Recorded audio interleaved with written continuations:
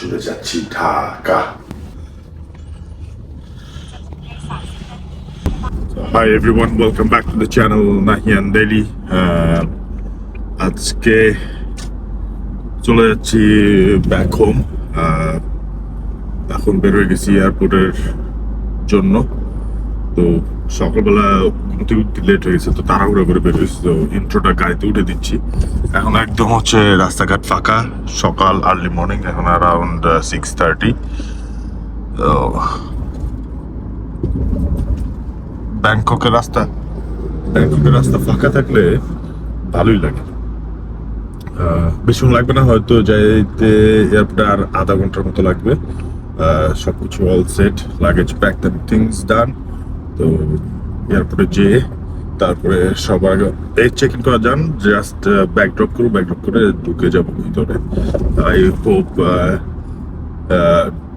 Departure এয়ারপোর্টের জার্নিটা ভালো এক্সপিরিয়েন্স করবো। এটা সবসময় আমি এনজয় করি, কারণ দেখা যাচ্ছে ভিতরে অনেক মল, শপিং মলের মতো থাকে, তো ভিতরে অনেক কিছু থাকে, তো ভালো টাইম স্পেন্ড করা যায়। এখন যাই এয়ারপোর্টে তাড়াতাড়ি করে, তারপরে লাগেজ ড্রপ করি। ব্যাংকক এখনো ঘুমাচ্ছে পুরোপুরি। এদিকে সব দোকান সব কিছু বন্ধ, এখনো কোন কিছু খুলে নেই, খোলার প্রিপারেশন নাই। সুন্দর রোদ উঠছে, ভালোই লাগতেছে। আবার ব্যাংকক বলেন বা থাইল্যান্ডের ওয়েদার অনেকটা আবার বাংলাদেশ মতো। এখানে হচ্ছে বাংলাদেশ মতো হেইজি ডেজ শুরু হয়েছে আর কি। তো বাংলাদেশে যেমন একটা গোলা রোদ থাকে, তো থাইল্যান্ড হচ্ছে রোদটা গোলা তো হেইজি, এত একদম ক্লিয়ার না। অন্যান্য দেশে যেমন একদম ক্লিয়ার রোদ থাকে, ক্লিয়ার স্কাই, একদম ওরকম ক্লিয়ার স্কাই এখন আর নাই থাইল্যান্ডে। আগে ছিল, এরকম ক্লিয়ার স্কাই ছিল, সবকিছু ক্লিয়ারলি দেখা যেত, বোঝা যেত। বাট এখন আর আগের মতো দেখা যায় না। বাংলাদেশের মতো একটু গোলাটে রোদ উঠে। আজকে হালকা মোটামুটি ক্লিয়ার, ভালোই আকাশ ক্লিয়ার দেখা যাচ্ছে। তবে এদিকে আবার ওই চিয়াংমাইতে ওই হেজিনেস নিয়ে আবার একটা হচ্ছে চলতেছে আর কি। ওদের ওয়ার্নিং চলে যে আজকে অনেক বেশি হেজি হবে, কালকে দিস হবে, দ্যাট হবে। তো এই হেজিনেসটা দূর করার জন্য ওদের সরকার অলরেডি বিভিন্ন রকমের পদক্ষেপ নিছে, যেন মানুষজন পলিউশনের দিকে না যায়, পলিউশন কম করে, বা কি যে কাজগুলো করলে এই হেজিনেসটা চলে যায়, সেই কাজগুলো হচ্ছে ডিসকারেজ করতেছে করার জন্য। তো ভালো পদক্ষেপ এটা। মনে হয় যে আমার মনে হয় অন্যান্য কান্ট্রি এবং আমাদের দেশেও যদি এটা প্রমোট করা যায়, তাহলে মনে হয় যে ভালো হবে। তাহলে আস্তে আস্তে আমাদের দেশের যে পলিউশন গুলো কমা শুরু করবে।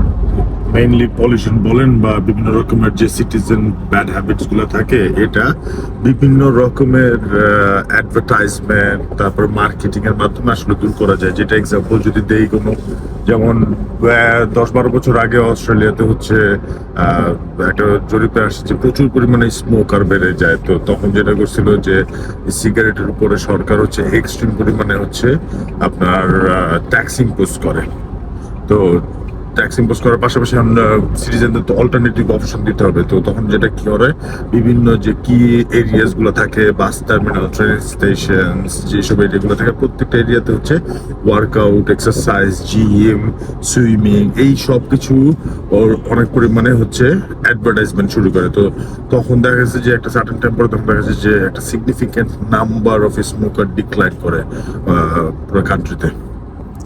অলমোস্ট চলে আসছি এয়ারপোর্টে।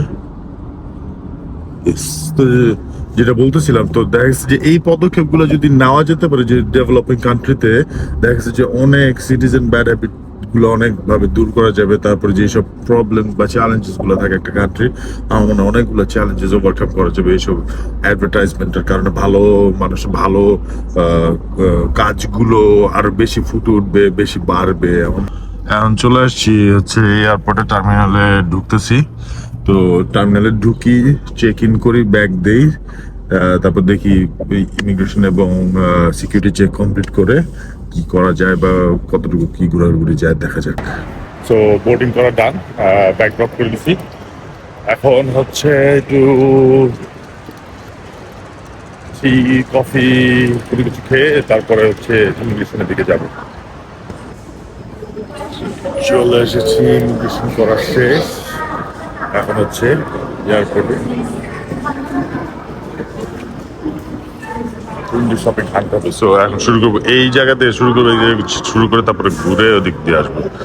আমার গেট হচ্ছে C9। C9 এই জায়গায়, তো যদি C9 এই জায়গা থেকে শুরু করি, ঘুরে তারপরে ওদিকে আসবো। ও আমার তো আবার ব্যাটারি ফান্ডও করতে হবে, তো ঘুরে গেছি। ও নো, আকাম হতে হতে যে আকামটা হলো না, সেটা হচ্ছে একটা বড় লাগেজ কেনা লাগছে। লাগেজে আবার ব্যাটারি ফান্ড করা যাবে। সো ব্যাটারি ফান্ড কম নিয়ে আসছি, তো আমি একটু ভুলে গেছিলাম যে আমার ব্যাটারি ফান্ড করা লাগবে। তো যখন আপনাদেরকে সাইন দেখাচ্ছিলাম ওই জায়গায়, ওই সাইন দেখানোর যে ওই জায়গায় দেখুন যে ব্যাটারি ফান্ডের অপশন। তো এটা গুড থিং যে মনে পড়ে গেছে। তো এখন যাই, ব্যাটারি ফান্ড করে নিয়ে আসি, তারপরে ঘুরে যাবে। সো ব্যাটারি ফান্ড করা ডান। এখন হচ্ছে এসে বসছি হচ্ছে একটা রেস্টুরেন্টে। একটা মিনিট, আমি অর্ডার দিচ্ছি। সো অর্ডার রিভাইজ করে ডান। তো যেটা হয়েছে, তো যখন ভিডিও করার জন্য মুভ করছি, তো ওদিকে আমি দেখলাম যে কোকোনাট আছে। তো চিন্তা করলাম যে কোকোনাট খাই,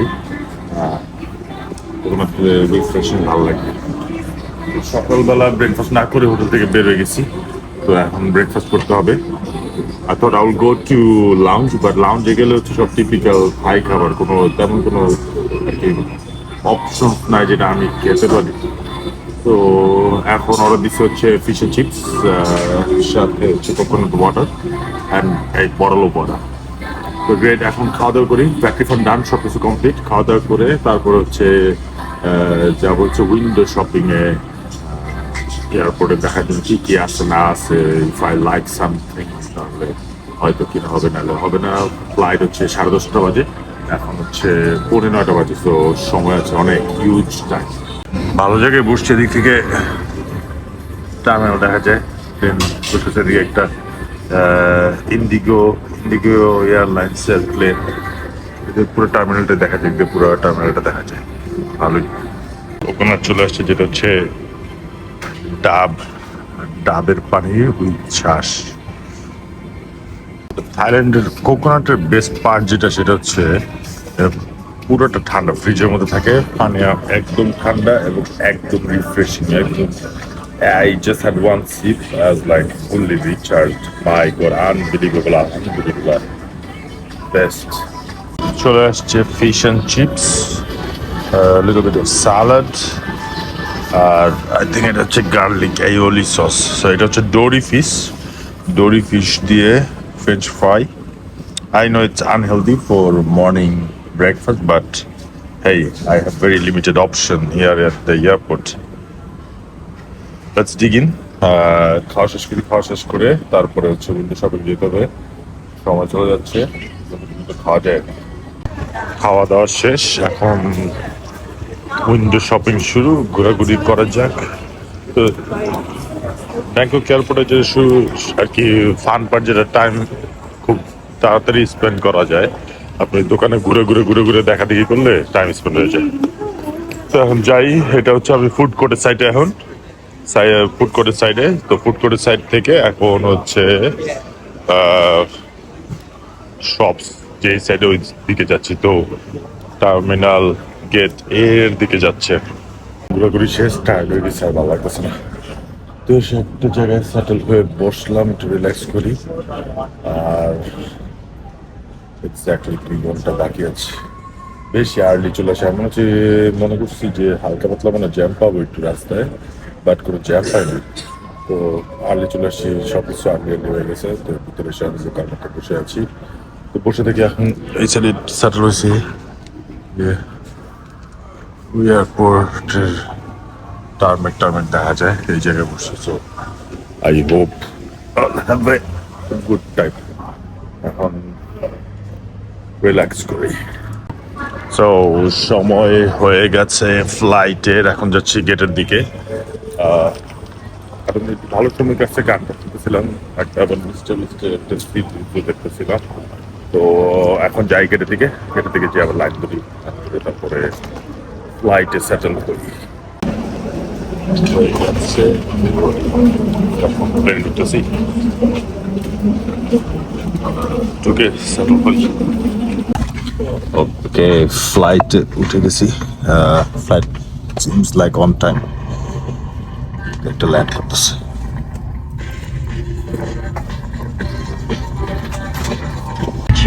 এক্সট্রিমলি টায়ার্ড, একটু সেটল হই। ঘুম থেকে উঠবো একবারে যে ঢাকায়, তারপরে কথা বলি। ঘুমাই। ল্যান্ডেড।